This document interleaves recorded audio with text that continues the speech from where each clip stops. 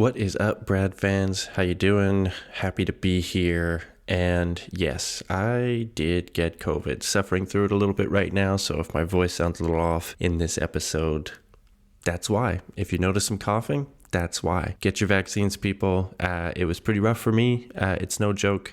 I'm glad I had the vaccine and the booster. I can't imagine how much worse it would have been without it. So, public service announcement done. Welcome to this episode where we are indulging in my love of Canadian politics. Of course, I'll be joined by Scott and Coleman. Steve, the other regular member of the politics panel, couldn't be here today. And we are talking about, if you're outside of Canada, you might have actually heard of this story.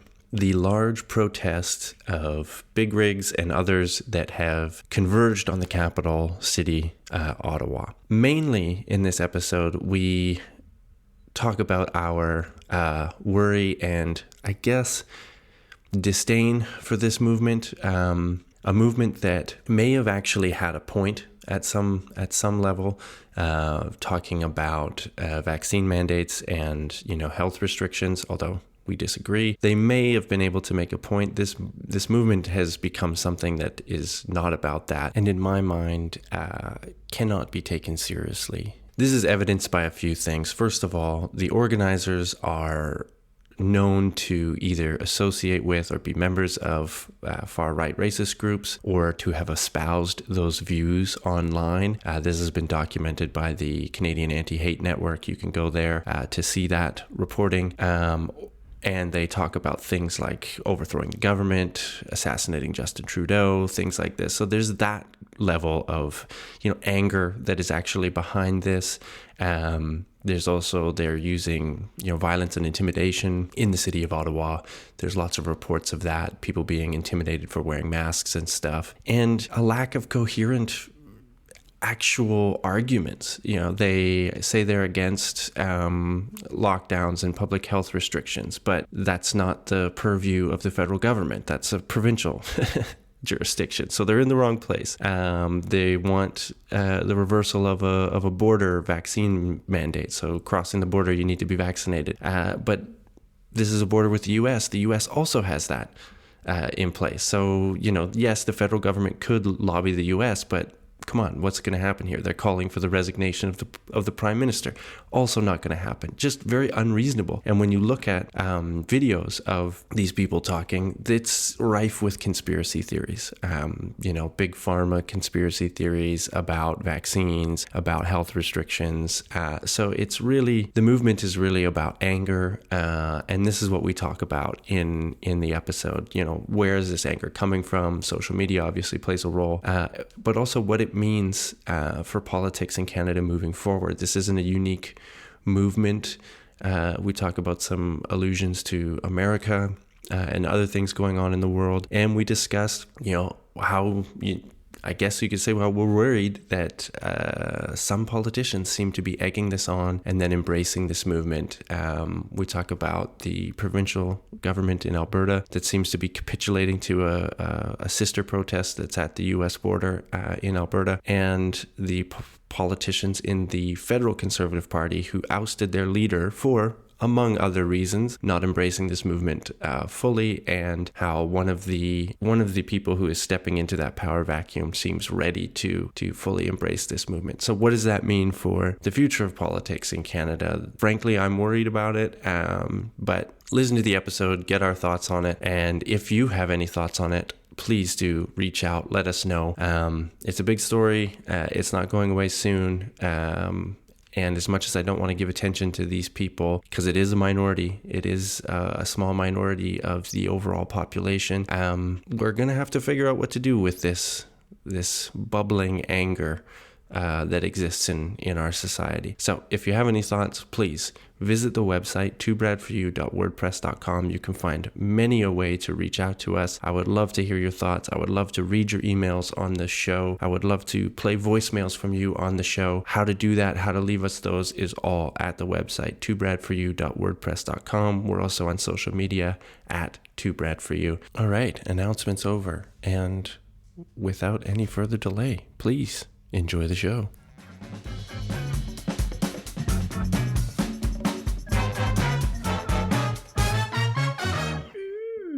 All right, welcome, listeners, to, well, it's been a while since we've done one of these, since we've assembled the crew of everyday, normal, regular voting Canadians.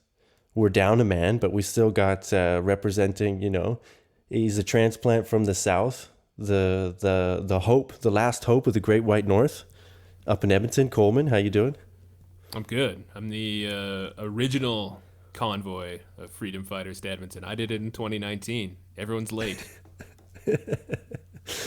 The one solo Chevy Blazer heading up Highway 2. Yeah, everyone thought I was crazy for driving all the way from Lethbridge to Edmonton, honking my horn and swearing out my window, but I was ahead of the curve. Coleman has been parked on the lawn of the legislature for the last 2 years, just waiting for everyone else to come. He's up to $3 million in parking tickets, but that's the price of freedom, folks. That's what you fight for. It turns out if you say it's a protest, you can live in your car on the legislature lawn. Mm-hmm. I'll plug my GoFundMe later on. Yeah, wait for that in the show notes. And as you heard, we have, down in South, U of C alumni, Scott Stoley, small Brad, business how's owner. It going? Small business owner, glad to be here. Just got out of my truck, driving around town, honking at anyone who'll listen, and taking a bit of time off to, get my thoughts on the pod, and then, get right back on the horn. That's right.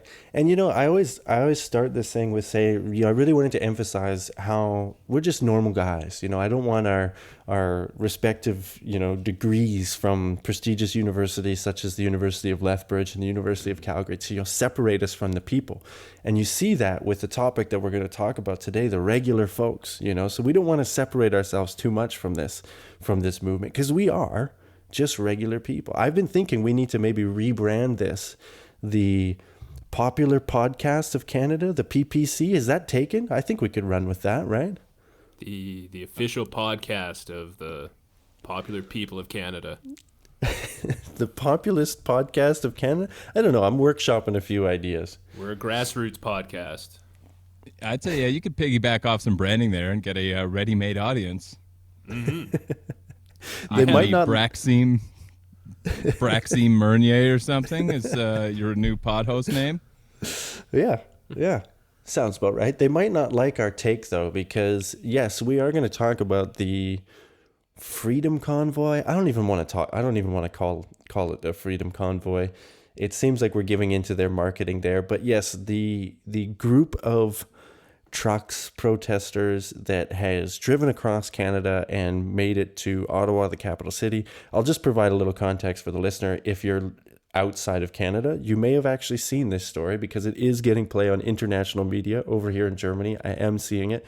And basically, what started as a protest, I guess, against a vaccine mandate for truckers crossing the U.S.-America border, has now spiraled into a larger protest of what seems just like anyone with grievance, anyone who's angry at COVID, at the government, at soup, I don't know, is out there and has made their way to Ottawa and has, depending on what reports you're seeing, because this is one of the interesting things that we can talk about is how, what kind of coverage are you getting there in Canada, what's happening here in internationally as to what's actually going on. If you go on social media, which we all know is a bastion of truth, you can find two very, very different takes on this. It's a peaceful protest with everyone just, having like a sit-in and a barbecue with a bunch of good old boys,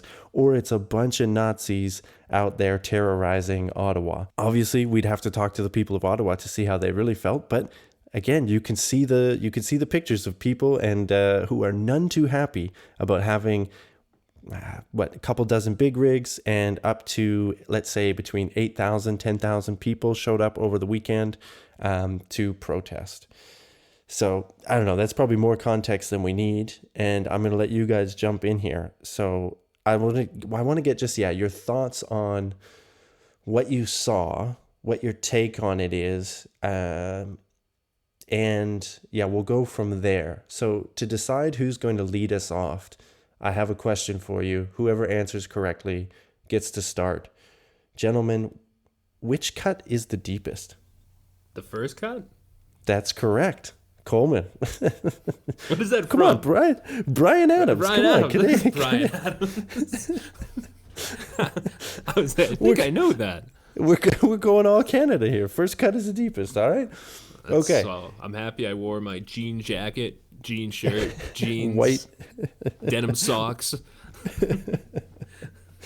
All right, Coleman. What are your thoughts? What do you take? What have you seen? What do you think of how it's been covered? How it's getting portrayed? I think it's being covered as they're being awfully generous to the people that make up this convoy by not just portraying it as it is, which is just a small gathering of Canada's loudest and dumbest motor vehicle drivers. I don't know. This thing is just like a Facebook comment thread taken to the streets, essentially. Like, it's hard to cover something because they don't know what this protest is about. Like you say, they're angry against everything. You'd have a better chance of getting a straight answer out of a monkey at the zoo when you ask him why he throws his own shit than to like get a consensus from these people as to why the fuck they've driven to Ottawa. And I think as far as the Canadian media, it did start with the vaccine. Even that, it was like it started with being angry that Canada wasn't allowing unvaccinated truck drivers to leave the country to go into America, but America wouldn't let them enter the country anyway. So it doesn't matter. Like, it doesn't matter. None of it matters. And it's just like them just raging against... What they're protesting on our side is their complaint is that unvaccinated truckers have to quarantine when they come back across the border. So the Canadian truckers can get into the States. I don't know. Obviously, they've got their own rules. You have to be vaccinated. And that's not anything Justin Trudeau has to do with, but they're complaining that they've instituted a rule that unvaccinated truckers would have to quarantine upon return in the same way that unvaccinated anyone else would have to quarantine on return. And I think they've maybe got a point. Like, is this truly a sensible policy? How much safer is it actually making us relative to the amount of hassle this is generating for society?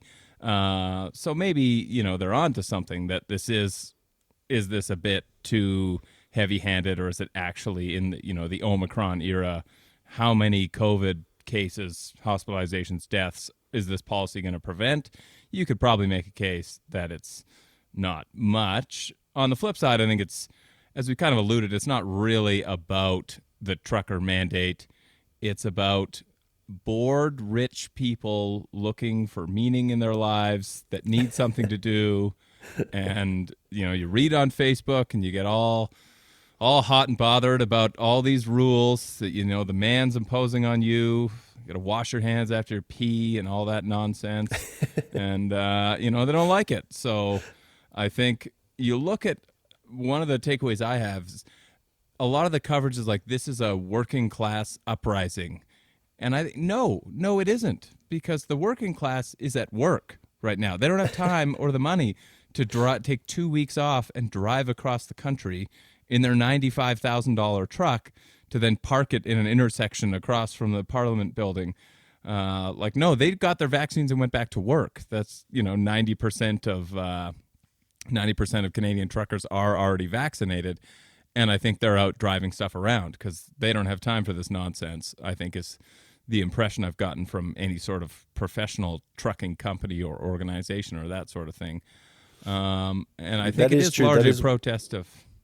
I was just going to say, it's worth noting that, the largest professional association of truckers, the Canadian Truckers Association or Alliance, did at the very beginning of this come out with a statement being like, we're fine with the rules that are put in.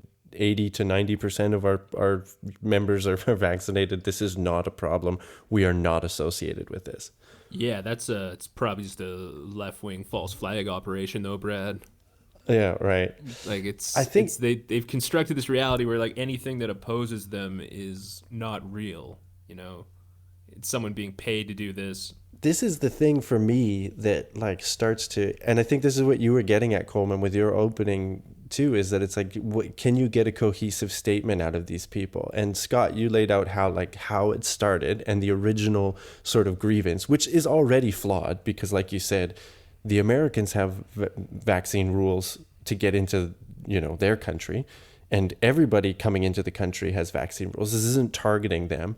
But that's kind of, where it starts to, you could say, okay, they might have a point there. I think there's even an argument to be made about, lockdowns. That's the other thing you said, like, we're anti-lockdown, we're anti, all of these restrictions. And it's like, okay, you might be able to make a case for that, right?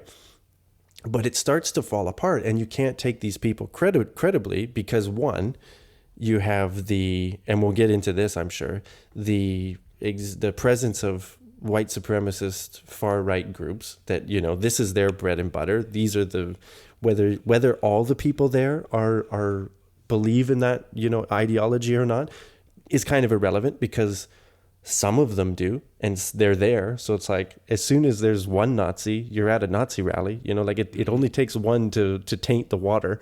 And there seem to be pretty cozy. There's a lot of connections that have been reported on by the Canadian Anti-Hate Network of the people that are sort of driving this thing, organizing it, and that kind of thing. Their past statements about Muslim people or, anti-government, kill Trudeau, all of that gross rhetoric.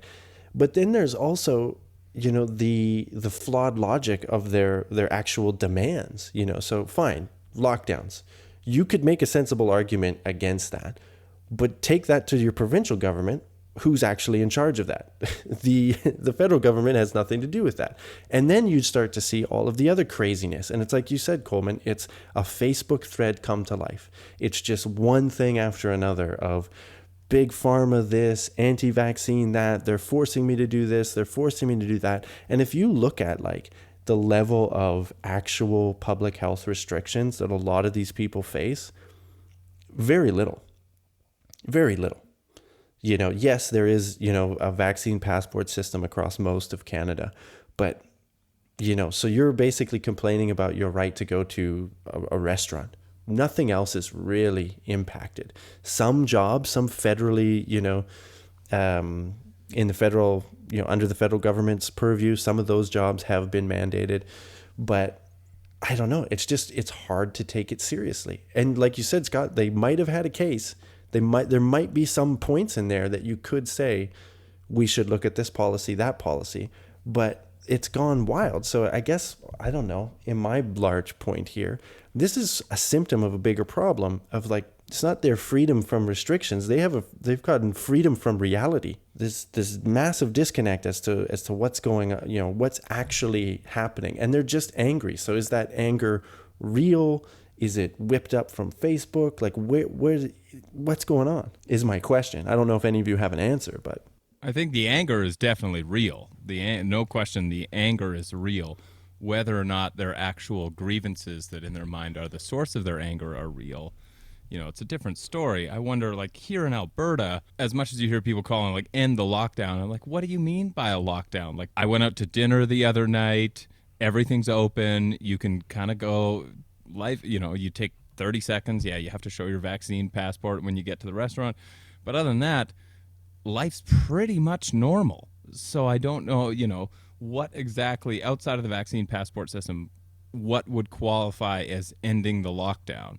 Right. Like, I think there's maybe still some rules about household gatherings that clearly these folks aren't following anyway. So yeah, it's not as if that's affecting their life. Calling it a lockdown is a bit of a stretch. And you're right. I mean, it seems if their goal is to end all mandates, lockdowns, whatever, then they're in the wrong place. They should be at their provincial legislatures, the people actually putting those rules in place. And even if your goal is to get rid of the trucker mandate, I feel like now the government has to dig in on that. They have no choice, but they have to, they can't say a bunch of people showed up and held a gun to our head, so okay, we're going to give in to your demands. Like, they're not the Alberta government. These are serious people. So, they can't just immediately give in. What kind of message does that send to say if you don't like your small minority of the population doesn't like government policy, just park your trucks and honk for a long time and the government will do whatever you want. So now I feel like if you're the Trudeau government, you can't relax that trucker mandate right away. Maybe you give it a couple weeks and then quietly do it, but you can't make it seem like you're giving in to the terrorists here. I'm not saying they're all terrorists. It's a metaphor. It's a phrase. Don't at me. I'm saying they're all terrorists. They're terrible. Like we said, there is well, and this is the other thing too. So let's I mean, trying to find, like, this is a much larger question than just this convoy, but I think that it speaks to, this convoy thing is maybe a culmination of a lot of these different factors that are converging to lead to this sort of angry movement against, I don't know, like, just against stuff, just against the government, and you've seen it in the States. It's a similar feeling. Donald Trump was able to tap into it. We'll talk about what's going on in the Conservative Party of Canada and if someone's going to be able to tap into it. Hopefully not.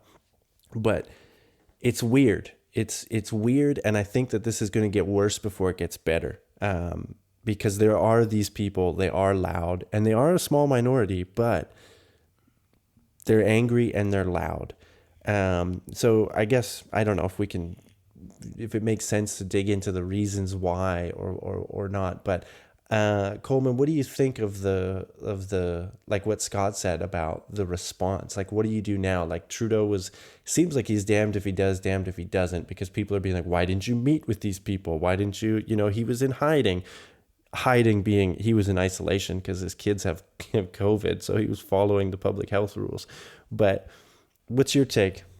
Well, and maybe you could bring into the Alberta government, because like Scott alluded to, the Alberta government does seem to have caved to the blockade that was happening on the border with the U.S., which was related to this whole movement. We can talk about that later. I think a certain premier saw how quickly they got rid of one prominent conservative after he didn't throw his support 100% behind these guys, and thought that maybe it was a good idea that he did that. But we can talk about that later.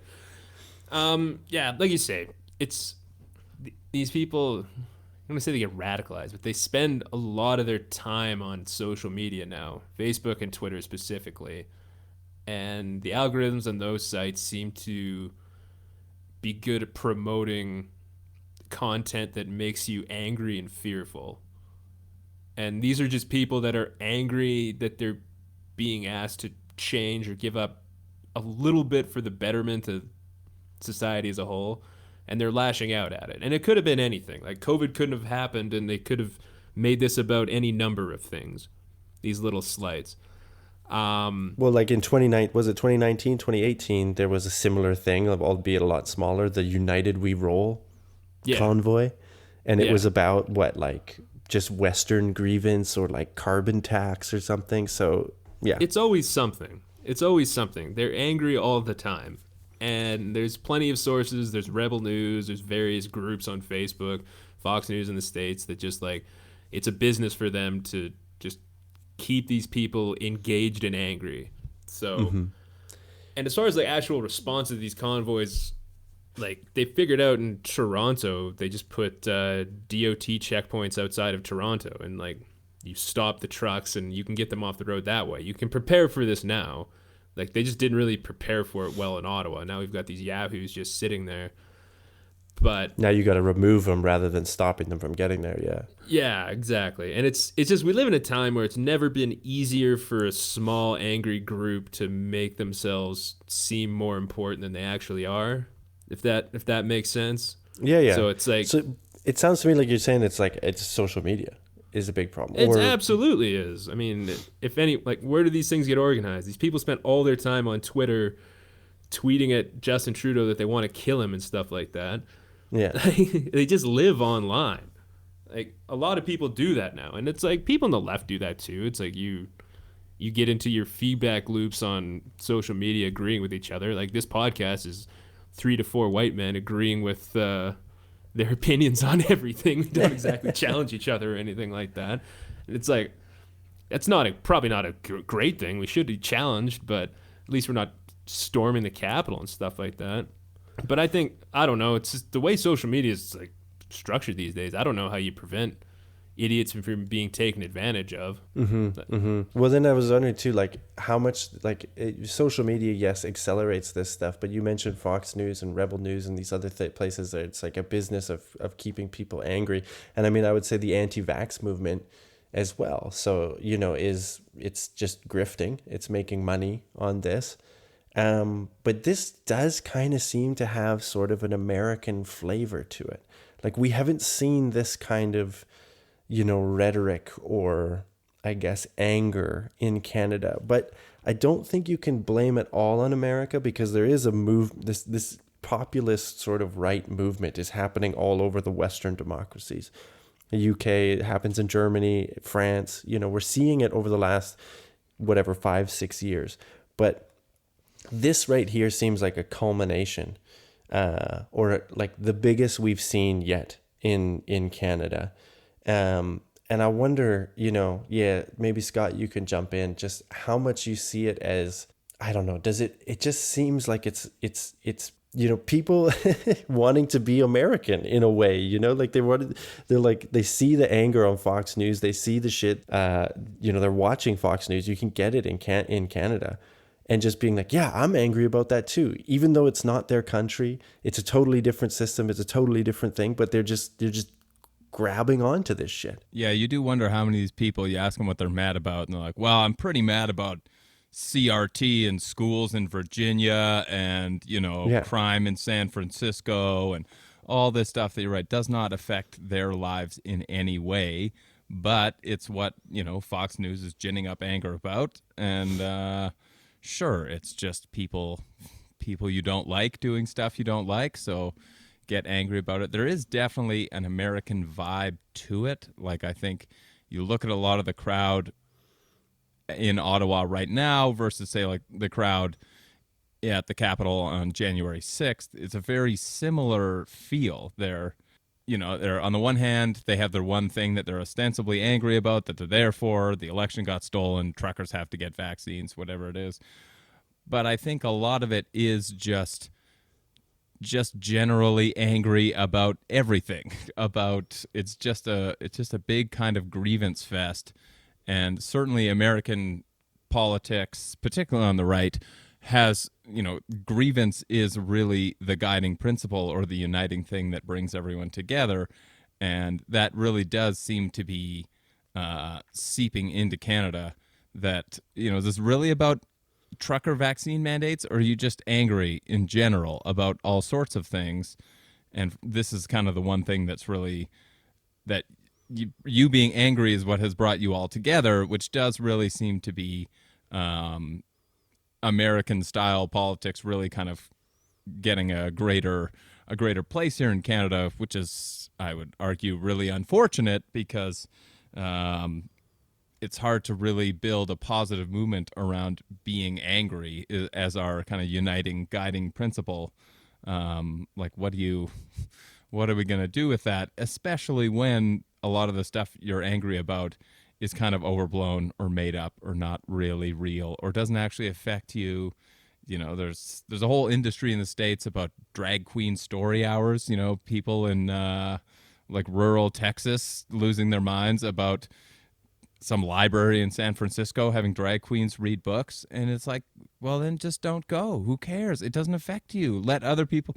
It's amazing how much this freedom movement that's all about freedom is also all about other people not having the freedom to live their lives the way they want to, because, it turns out by freedom, I mean participating in life the way that I approve, and also just calling it a freedom convoy when you're blocking the entire city of Ottawa from doing anything. It's a weird definition of freedom to say we're pro-freedom, which is why other people can't get to work or get to sleep or do anything else, Or losing their jobs. There's the mall that's right outside the parliament that's been closed for several days. So all those people are losing a paycheck there. Yeah.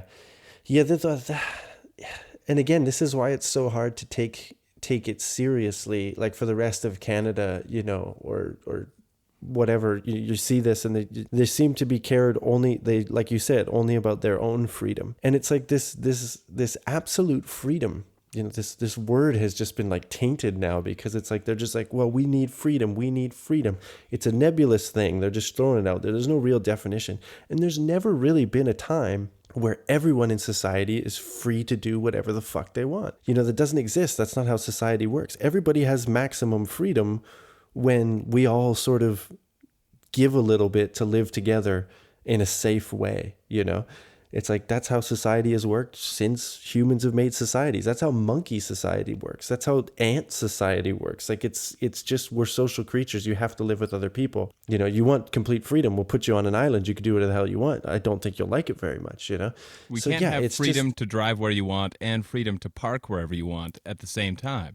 So you're going to have to make some choices about whose freedom, and previously we've restricted people's freedom to park in the middle of busy intersections, and nobody seemed to think that was tyranny. And somehow now, anything short of I can do whatever I want, whenever I want, wherever I want, anything short of that is an infringement on my freedom, is just insane. That I don't think you've really thought through how that would work for a society, but I don't know. There's been a ton of thinking through a lot of this.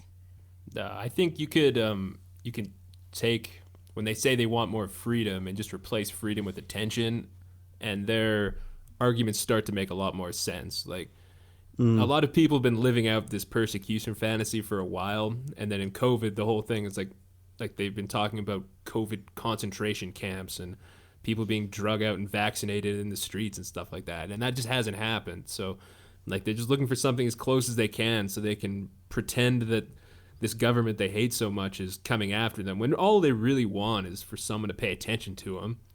Like, they're hooked on, like, putting a status on Facebook about fuck Trudeau and getting like 18 likes from their like-minded friends, and they just want that in real life. So this is them going out and achieving that, I guess. That's kind of what I think. I don't think it's like this massive fight for freedom, because they don't really know what that means. They just want attention because they know what that means. They want the dopamine reaction of, like, someone saying that they shouldn't be there or something like that, or a hero. Like, they're out fighting for our freedom. It's like, no, you just want attention for yourself. That's all you want, and there's nothing wrong with that. People want attention. That's why people podcast, because they want attention. That's why we're here. Yeah, but it's like, you got to do that constructively. Some of us Photoshop pictures of brooms. Other one, like, we piss on war memorials when we're involved in convoys. It depends how you, like, that want for attention manifests itself. Yeah, I see you hitting the social media angle hard, Coleman, and I'll just say I love seeing you get into some of these arguments with some of the people in your life on social media. Quite entertaining. I just want to plug that. My Facebook feed is very tilted towards pro-convoy from being in southern Alberta. I had one particularly stupid guy say that I shouldn't paint people with swastika flags with a broad brush because you don't know why they're there. Maybe they're actually, they only hate the disabled, not, they don't buy the whole program. They're fine with, the Jews and gays and whatnot. It's just the disabled that they really think ought to be sent off on a nice flow. Yeah. It's so bizarre. And I guess sitting here and trying to understand the motivation or something. I mean, I guess it's important. I guess this would be my next thought is, what do we as a larger people do? Because I mean, the instinct is to ridicule, right? Is to mock, which is what we're doing. But that's only gonna make it worse. Maybe not make it worse, but like we have to find a way to live with these people, right? Like this isn't going away. And I'm worried, like I said, that this is going to get worse before it gets better because, yes, like we've said, and let's move to this now, the government in Alberta seems to have directly capitulated to a convoy of trucks that blocked the border with the U.S. After having, egged these people on social media. We had the premier of Alberta tweeting, random pictures of empty grocery store shelves saying, look at this vaccine mandate has cost us, supplies and empty shelves. When challenged as to where he got those pictures, no response. Some other federal conservative MPs were doing the same thing. Empty shelves. Look at this mandate is causing, all of our supply chain problems. And yes, there is a supply chain problem. This is based on the truckers associations and the data that's out there, this is not the cause of this problem. And there was even people that did reverse Google image searches on some of these empty shelf pictures that these politicians were sharing, and they're just stock photos of grocery stores, or you see prices listed in pounds, so it's clearly actually from the UK.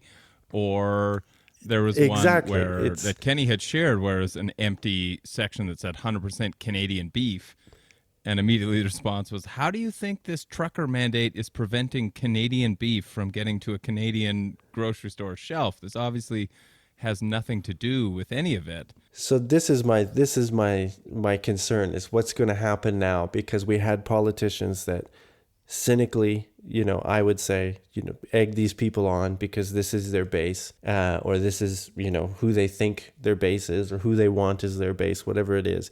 And now, like I said, the government in Alberta has basically said, okay, don't worry, guys, we're going to get rid of all these restrictions right away. The date that they had planned to get rid of the restrictions was like further in the future, probably in March or something. And we were always saying, when the data says that it's okay, which we know the track record of the Alberta government's not great on that. But then they just, like a couple of days ago, just said, oh, no, it's going to happen soon. Don't worry, it's going to happen soon. So they're trying to diffuse the situation at the border, which is costing the province tons of money when they started it. And, we'll look at the federal side of it too, but I'm just, what do you see from the conservative movement in Canada?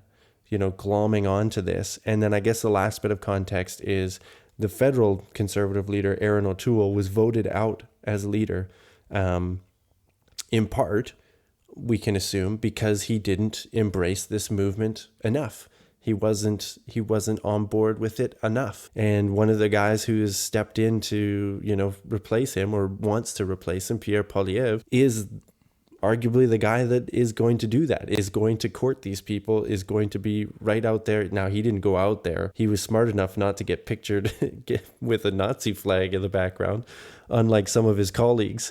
But yeah, I just, it doesn't look good to me in terms of, for the rest of us moderate sort of progressive Canadians. Speaking federally, I think the conservatives going into like the future, they're going to own this movement, but you get to own everything with it. Like, you get to own the voters that are going to support you with it, but then you get to own the pictures of your MPs with Nazi flags in the background. Mm-hmm. And you get to own the blowback when this group turns on you, when you say something like maybe conversion therapy isn't the way to go, or something like that. Yeah. Like, you get to own that blowback. And if I was any other party but the Conservatives, I'd be thrilled about that. I don't have to own any of it. You guys get to own like all the pictures of everything going wrong. Provincially, I mean, the Kenny government's all over the place with this thing. At one point, they passed legislation specifically banning protest blocking critical infrastructure. And it just seems like by the color of your skin, that doesn't really matter. That's only for that law was never meant to apply to white people. I think that was pretty clear from the get-go.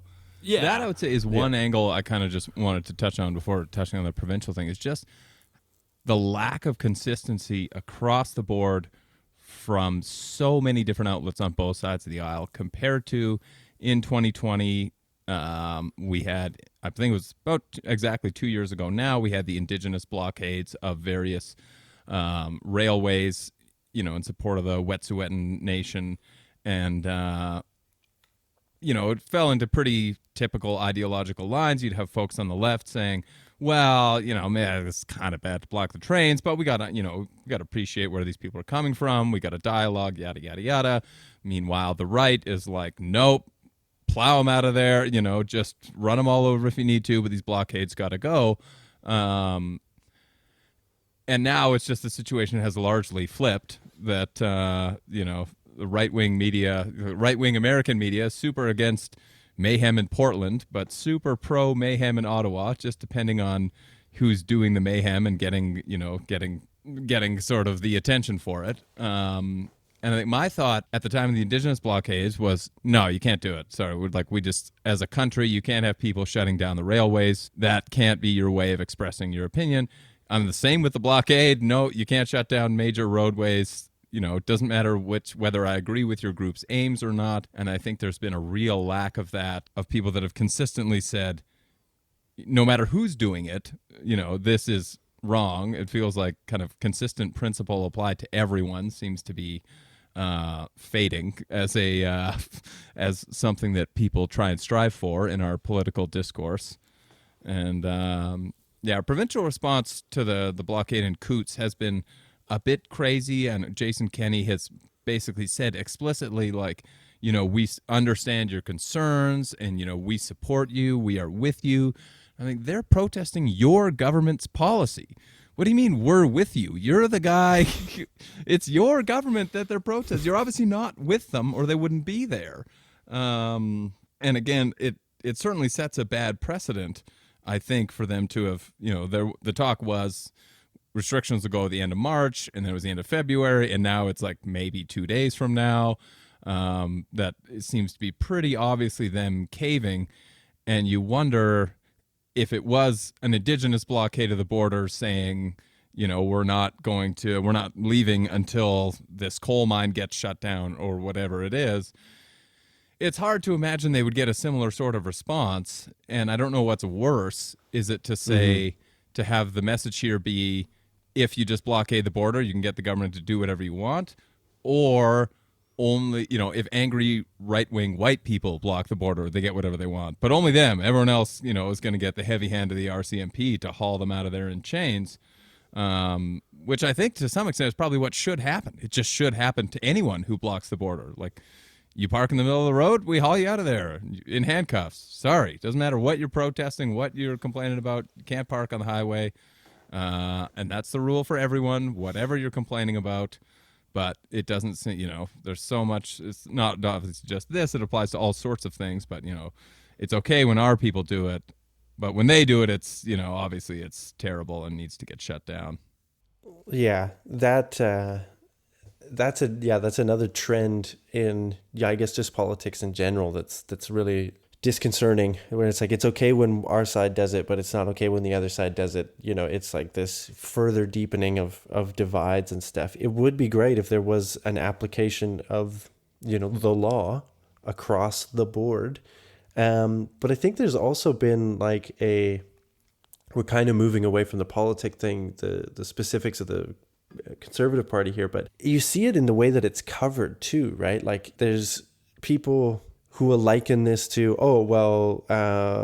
everyone's upset that they did this to the Terry Fox statue or the unknown soldier.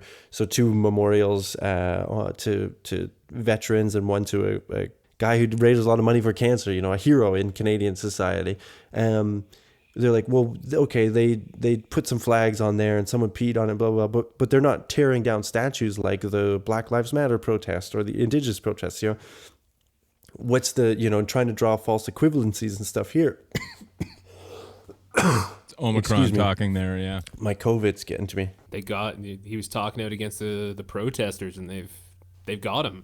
They got me. Yeah, well, COVID's not real. But I don't know. I think it's important to state that I think it's like you can apply, like you said, Scott, the same rules for everybody, while still understanding that the causes that these people are fighting for or trying to raise awareness for are not equal. Indigenous people saying they don't want something on their land, or anti-racist protests, or even a protest that I disagree with, like an anti-abortion protest. I can respect their right to protest much more than I can, like we said, this nebulous movement that doesn't really seem to stand for anything, that's just angry and is filled with conspiracy theories and stuff like that. But the amount of, coverage that I've seen from, again, politicians tweeting out about this, conservative politicians, and then just sort of, sympathetic news networks that want to sort of explain away the white supremacist people in there, or explain away the bad stuff and try and make these false equivalencies with Black Lives Matter or Indigenous protests or whatever, is just another gross element of this whole thing, I guess, and of the, discourse that we have in politics. And yeah, I don't know. I guess we can get back to the Conservative Party, or if you guys have any thoughts on that. It seems to me like the Conservative Party, essentially they have 2 paths that they kind of have to pick from because they've been trying to navigate this sort of squishy middle and it's not working. So it seems either you're going to have to go my preferred route, hard to the center, essentially disavow the conspiracy theorists, disavow the climate change isn't real people and the maybe conversion therapy is actually good people, and kind of tack to the center and build a broader coalition, because in my mind it's there for the taking. Like I mean, this is in my like left-wing liberal, bubble. I don't know anyone who loves Justin Trudeau. I think everyone grudgingly accepts Trudeau and his government as the least worst option that we have right now. And I think a lot of people would be open to voting for a sensible conservative party that, doesn't say climate change is fake, that says climate change is real and their plan isn't as good as ours and here's our better plan. And, you can believe in, that conversion therapy works or gay marriage is sinful all you want, but you just can't talk about it when you're wearing our hat, because that's just not what we're going to focus on. We're going to focus on the economy, like the stuff that people actually agree with the Conservative Party on. And I think Stephen Harper was very good at the beginning at marginalizing the crazies. That's absolutely the path that he took, is to say, listen, various of your kind of niche grievances are not popular, so shut up about them. We're going to talk about how we're going to cut taxes, and then we might actually win.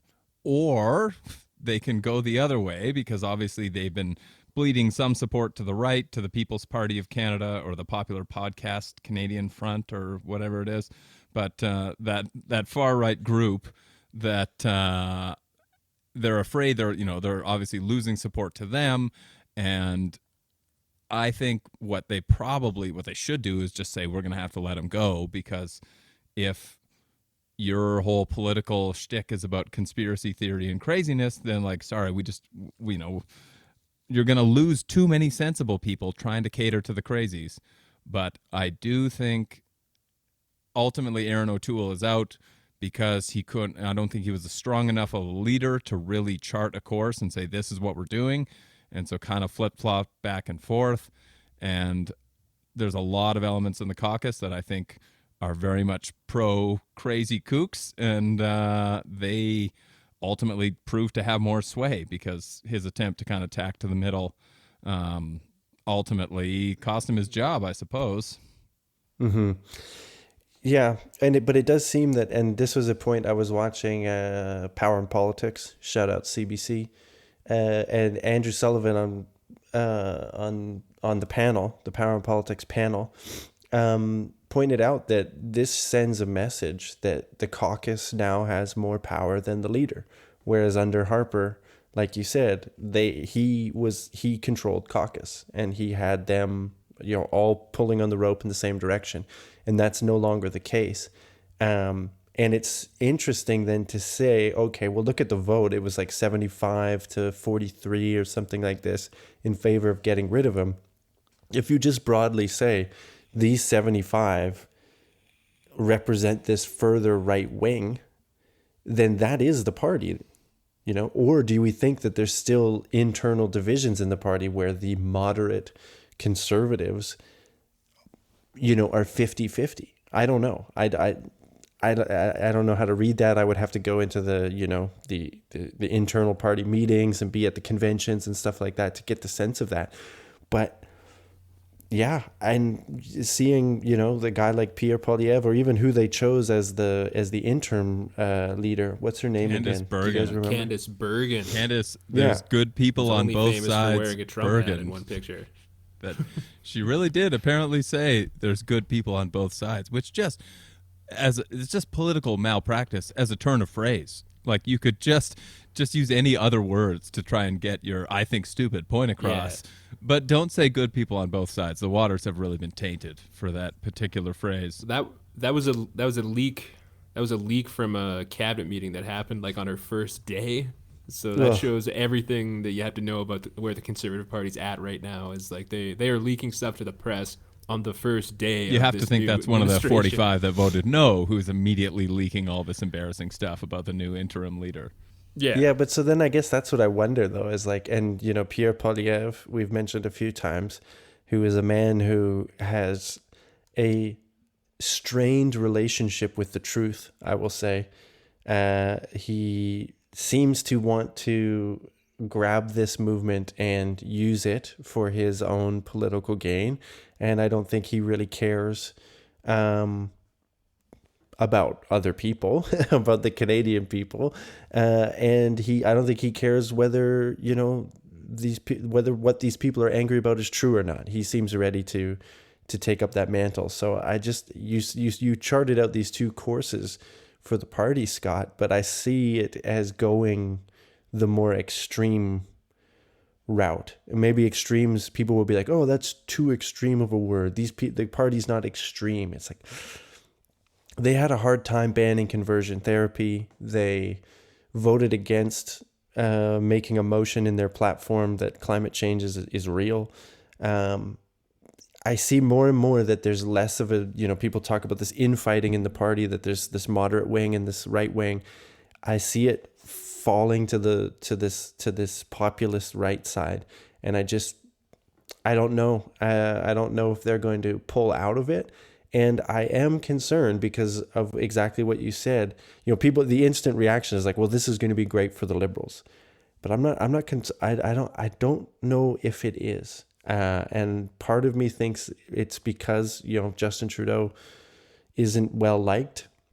So I don't know, Coleman, you can jump in on there whether you think this is actually good for the Liberals or not. And then maybe I can give I can expand on my thoughts, but what do you think? I wouldn't say it's good. It's not bad. I'll say that. I mean, because they're in a situation right now where they can kind of just sit this out and kind of see what happens. I think what's benefited the Liberals a lot over the last, since the first election Trudeau won, is there's a group of Canadians that will not vote for a party that has that social conservative element in it. And as long as that's the case, I don't think and it's not that the Liberals haven't had scandal after scandal. There's plenty of opportunities to get off that ride if you're a Liberal voter. I got off after the first election when they didn't do the electoral reform thing. But there's been a lot of opportunities to get off that and get on the conservative train, and they just haven't been able to capitalize on any of these scandals at all. So that's what makes me think this is, if they're going to go further that way, there's votes to be found that way if you can get them back from the PPC. But is there any math that gets you a government out of that party? That you can run up the count in Western provinces more than you already are. Instead of winning by 30,000, you could win by 45,000 votes.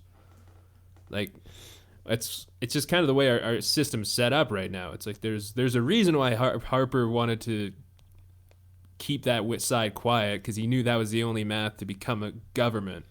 So if there are enough, if this thing leads to more PPC-esque Canadians coalescing under this banner, and Poilievre, I can't pronounce the name, I apologize to him, he'll make a video mocking me for it.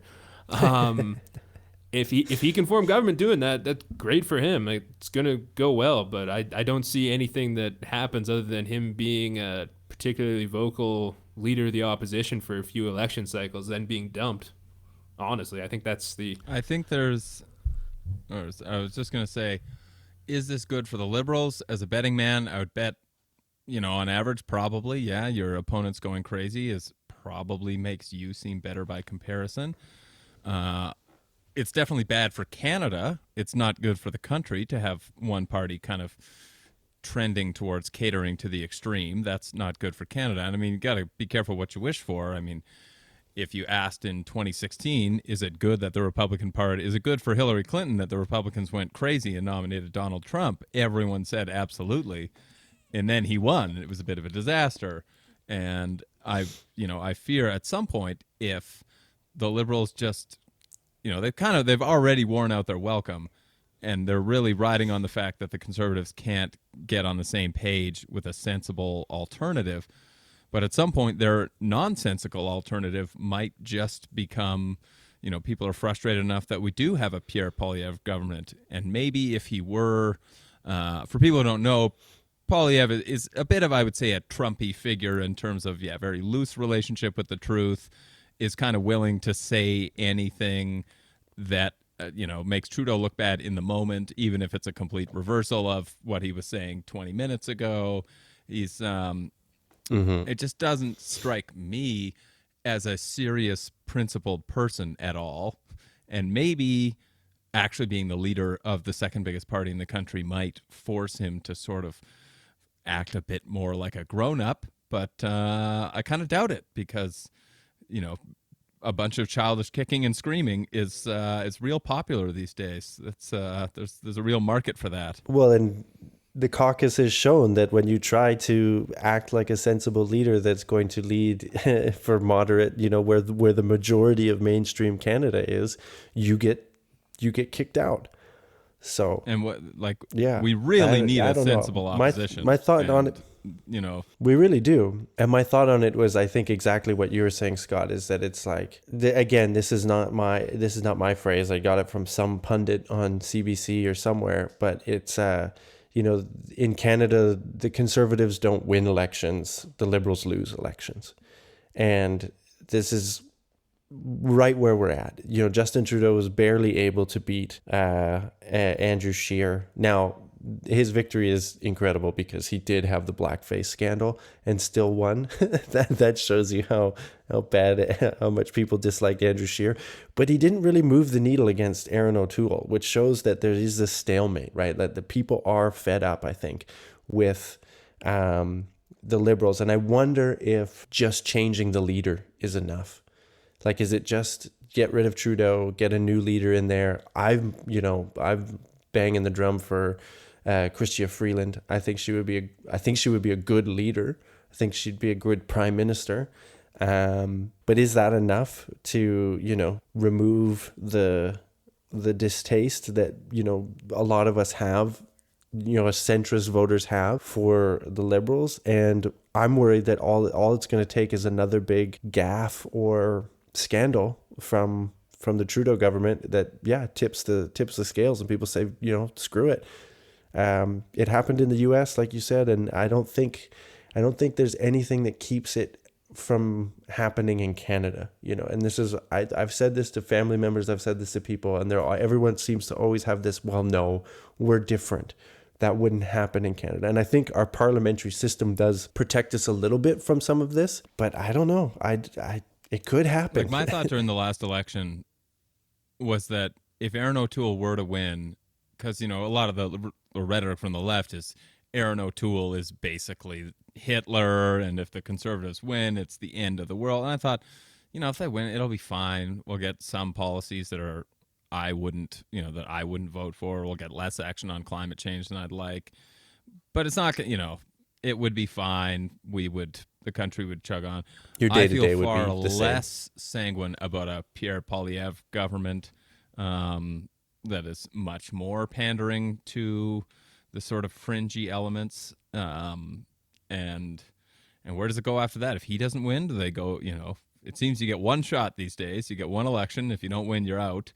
And if he doesn't, do they go to even more fringy candidates? Is that crazy Calgary pastor that keeps getting arrested for violating COVID rules, is he the next, federal Conservative leader? Maybe.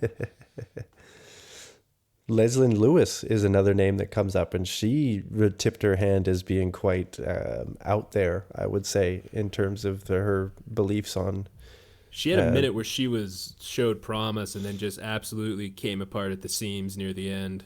Yeah. It just wasn't happening. Because her thing is a lot of hardcore social conservatism that just isn't popular in this country, which is fine. I think a lot of Canadians fed up with Trudeau would say, if you're personally anti-abortion or anti-gay marriage, a lot of people would say, well, I don't agree with you on that, but sure, I can hold my nose and vote for you against these Trudeau people, as long as you're not making that a centerpiece to what you're doing. Once, if it's like, it seems you just say, abortion's a personal choice. I think it's morally wrong, so I wouldn't do it. I would counsel other people not to do it, but it's decided, we're not going back. I think you could easily calm a lot of fears, but it seems, there's, I guess, kind of a tension in modern politics, often between sort of performative purism on a lot of things that certainly in a lot of American politics, the Democrats could learn a lot. Like there's some stuff that in your little college circle seems like a good idea. It's not popular and it's going to make you lose elections, so you should just shut up about it. And the Conservatives could probably learn the same lesson in Canada about a bunch of these social issues, but it's the same sort of problem that you can't win the leadership if you don't cater to the crazies. But then the classic wisdom is you have to tack to the center for kind of the general populace. But now if the party's going to crucify you for that, then how, I can't see how you can build a broad coalition that's going to actually get you majority support. You're right. You're going to run up even bigger margins in rural Alberta and win with 70% of the vote instead of 65. But in a parliamentary democracy, that doesn't do you any good when you've driven away all the people in suburban Toronto and Vancouver and. Mm-hmm. Mm-hmm. The vote efficiency of the Liberals in the last election was like basically exactly what they needed. They got exactly what they needed to maintain the minority government, but it's like they can't afford to lose any votes. They're basically at the wall right now, where it's if you go by the last election, it's like they can't lose any. So there is votes to be peeled off, I think, there. Or they have to be worried about, losing any other votes. So I think it's not the cakewalk that it might seem for them at the moment. And I do think it's time that they do a shakeup, of the leadership of the top people, get some new people in there, because if you look at the next election, is going to be 2023.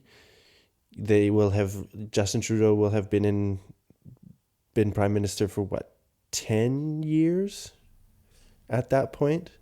Something like that. It was 2015 when they won, because I remember.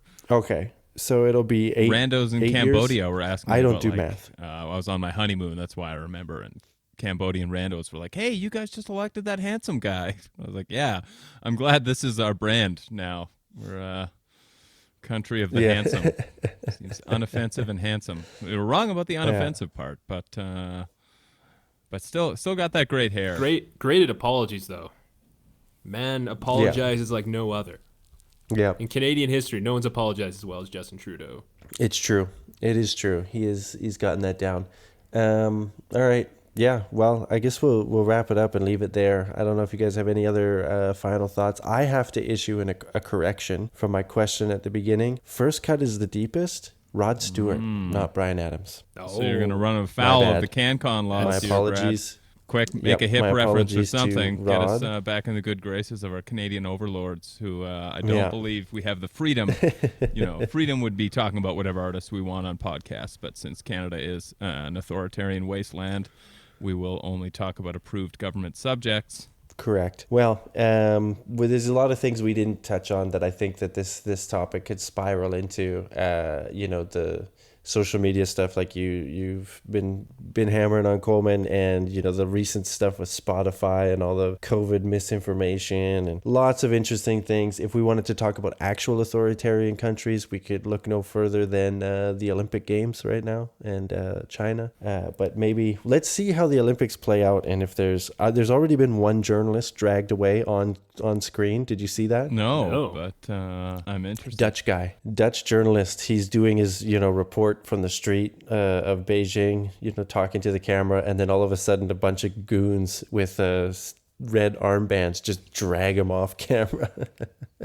So apparently he's okay. We don't really know what he did to run afoul of the authorities, but it doesn't take much. So let's wait to see how the...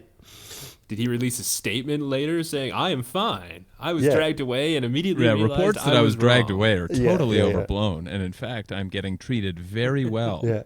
My legs stopped working and they were helping me. All right, fellas. Let's wait to see how the Olympics play out, and then we'll dig in on China. Another thing I want to watch time. is, does Putin invade Ukraine 48 hours after the closing ceremonies of the Olympics? Because he can't do it during the Olympics, but you also can't do it in the summer because it's too boggy and hot. So I think the window of a couple weeks after the Olympics is if they're going to do it, that's going to be the spot. So that'll be, I think, something to watch for. That is bad. It's all bad. I would say I don't have a lot of sunshine and roses about what's going on in Canada or North America or the world. It's honestly, an asteroid coming might be welcome news. It might be for the best. It's not the Russian army. It's a Russian freedom convoy heading to Kiev to. It's a freedom rock coming to bring freedom from Trudeau. Freedom from the sky. All right, lovely gentlemen. We'll leave it there. Thanks, Brad. Thanks for this. Yes, still anti-soup. Plug my Instagram account. Goodbye. At Lionel Steele. At Lionel Steele. Once again, my big thanks to my good friends Scott and Coleman for joining me to, like Coleman said, just agree with each other and gain a little attention by podcasting. Anyway, I hope you enjoyed it. Thank you so much for listening. As always, like I said, I would love to hear your thoughts, whether you agree or disagree with anything that you heard. So please go to twobreadforyou.wordpress.com to leave us a message, leave us a voicemail, leave us an email. It's all there, twobreadforyou.wordpress.com. You can sign up to get all of the episodes, subscribe to never miss an episode, and leave us a rating or a review, all of that good stuff. It always helps. Again, thank you so much for listening, and we'll catch you next time. Bye for now.